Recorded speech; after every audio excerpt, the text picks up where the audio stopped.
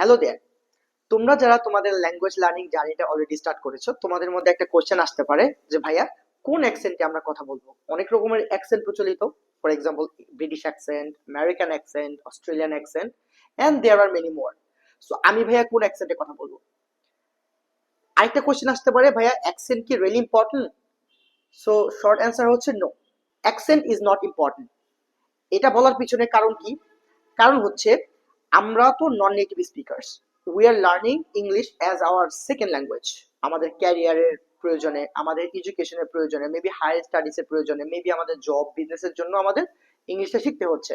So অ্যাকসেন্টের পিছনে যে পরিমাণ সময় আমাদের যাবে, তার থেকে আরো কম সময় স্পেন্ড করে you can be a really good speaker in English. খুব কনফিডেন্টলি অ্যান্ড খুব ফ্লুয়েন্টলি কথা বলা পসিবল।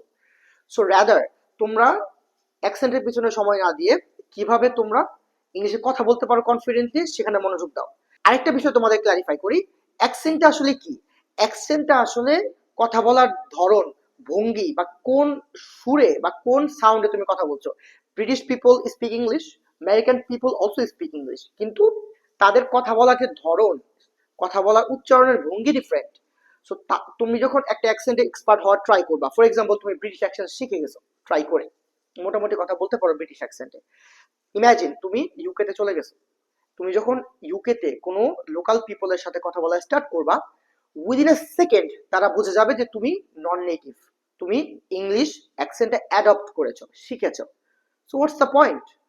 হ্যাঁ, যারা শিখতে পারো তারা কোনো রিজন থাকতে পারে যে ভাইয়া অ্যাকসেন্টটা শিখে আমি এই কাজ করব।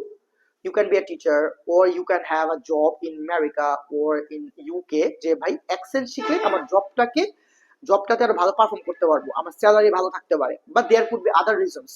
তাহলে তুমি অ্যাকসেন্ট শিখতে পারো, otherwise you don't have to spend time learning your accent. Rather, you can spend more and more time to be fluent and confident in English. Hopefully this helps you, and thank you so much for watching.